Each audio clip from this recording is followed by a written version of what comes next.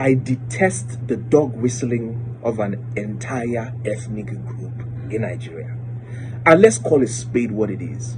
It's becoming one too many that we want to consistently and continuously scapegoat the Igbo ethnic tribe in Nigeria, and it's unacceptable. It is unacceptable because there is a history of violence targeted at that group since 1953 in our country. Listen, Caesar, a meeting was held in Lagos, not necessarily a meeting, in Parliament. Anthony Enahoro moved a motion for the independence of Nigeria. The North opposed that motion, and at the train station, when they were going back to their constituency, they met a crowd that was essentially mocking them. They got back to the North. Chief Akintola led a tour across the North, to campaign essentially for the independence, to rally the North in support of Nigerian independence. Guess what happened after that? Riots broke out in northern parts of Nigeria, particularly in Kano, where over 240 Igbos were massacred. Were they the ones that demanded for Nigeria to have an independence at that time? In 1966, particularly in May, months before the Civil War happened, thousands of them were massacred across northern cities, and they had to flee to the east for safety because thousands of them were indiscriminately killed for what they knew nothing about, right? So let's not even talk about the Civil War and the hundreds of thousands that were massacred, and the fact that after 1970, this entire ethnic group had to start from the scratch again to begin to build their lives. And Caesar, look at what they have done since 1970.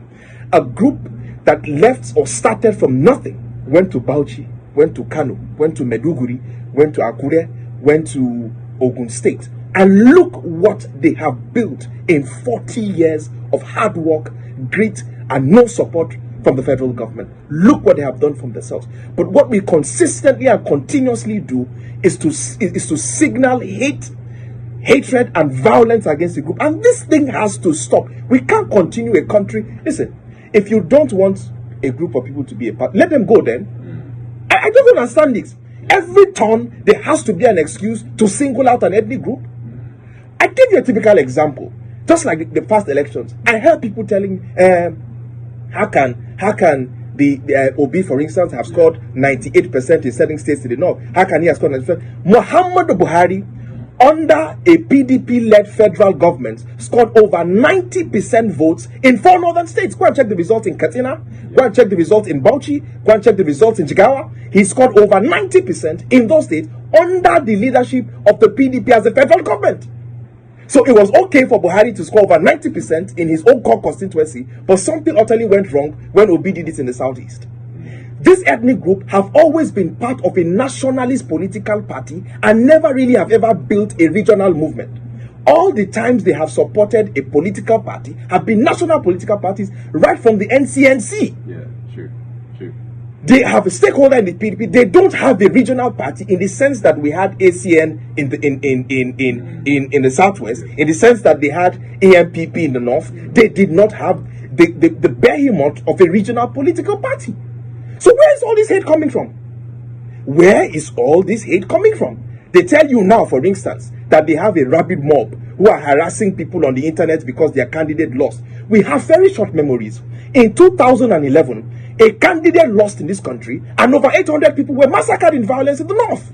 I so know this because I personally saved 11 core members and were hidden in my father's hotel in Kano. So what are we saying? 800 people were massacred because of the ambition of somebody in this country. And suddenly we are losing our minds because we are saying people are insulting you online and they're a rabid mob. Let us stop this. Let us stop this ethnic dog whistling. Let us stop this ethnic baiting. And this thing should not continue.